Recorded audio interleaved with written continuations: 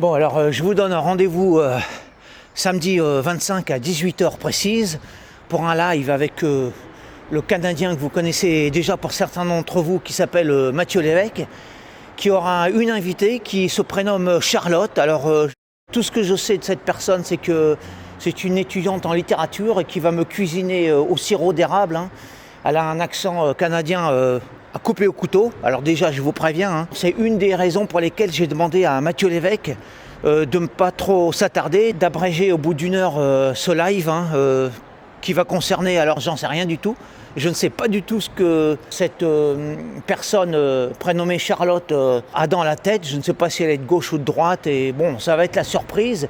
Déjà, j'ai un peu regardé, comme d'habitude, je n'ai absolument rien compris. Alors, non seulement parce que l'accent est très difficile à comprendre pour un Français natif comme moi, mais aussi parce que sur le plan politico-intellectuel, je suis largué. Cela n'en sera que plus enchanteur et plus rigolo, plus amusant, beaucoup plus drôle. C'est beaucoup plus drôle de se jeter à l'eau comme ça, sans rien comprendre, sans rien connaître, comme c'est mon cas, comme c'est souvent le cas lors de mes lives. Donc j'ai demandé à ce que ce live soit abrégé au bout d'une heure afin de ne pas diluer le propos et de rester concentré et puis surtout de ne pas fatiguer l'auditoire français avec les accents d'enclume face auxquels il va être confronté.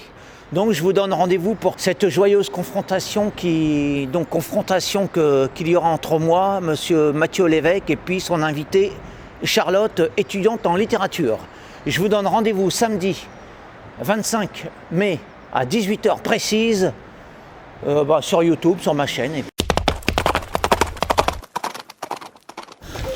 Bonjour. Alors voilà, je m'arrête ici, devant ce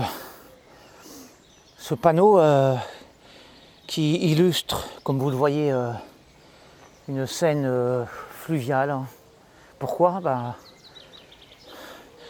Voilà, c'est simple, parce que je vais vous montrer à quelques mètres de ce panneau ce que l'on peut voir.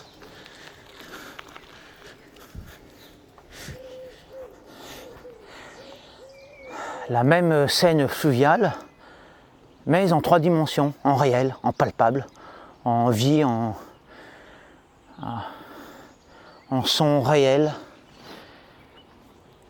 Alors, qu'est-ce à dire ? Eh bien, le panneau qui est affiché avec cette illustration d'un bateau au bord d'une rivière est censé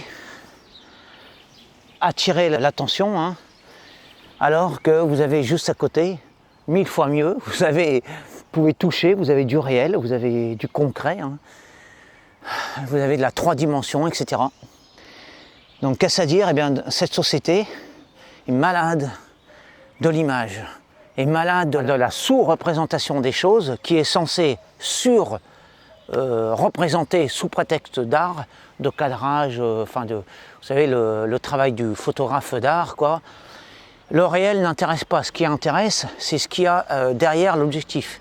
C'est ce qui est scénarisé, avec plus ou moins de succès, peu importe, c'est pas la question, mais c'est ce qui est scénarisé, mis en scène derrière l'appareil. Comme d'ailleurs ce présent discours que je vous présente. Si je vous présentais ce discours, non pas derrière un écran, mais en réel, dans la réalité, il serait beaucoup moins intéressant, parce que il y a le truchement de l'objectif. Il y a cette mise en scène nécessaire, même si je ne joue pas, il y a toujours, que l'on le veuille ou non, il y a toujours une mise en scène qui s'opère, ne serait-ce que par le cadrage. Rien que ça, déjà c'est une mise en scène.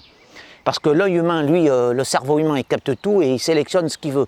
Mais là, je vous impose une sélection à travers le cadrage. Est-ce qu'il faut s'en désoler ? Alors, lorsque c'est volontaire comme ça, oui, il faut s'en désoler. Parce que vous avez, encore une fois, vous avez le spectacle de la nature mis en cadre à travers un photographe, mais vous avez ici la vraie nature, la nature authentique avec laquelle vous êtes en communion intime.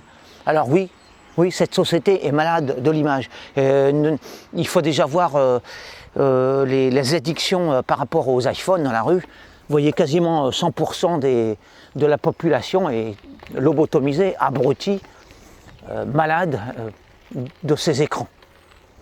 Alors, fermez vos écrans, Regardez les choses directement, regardez les nuages directement, adressez-vous aux humains directement, ne passez pas par les écrans, ne passez pas par vos iPhones, et puis mon message final, eh bien, jetez vos iPhones.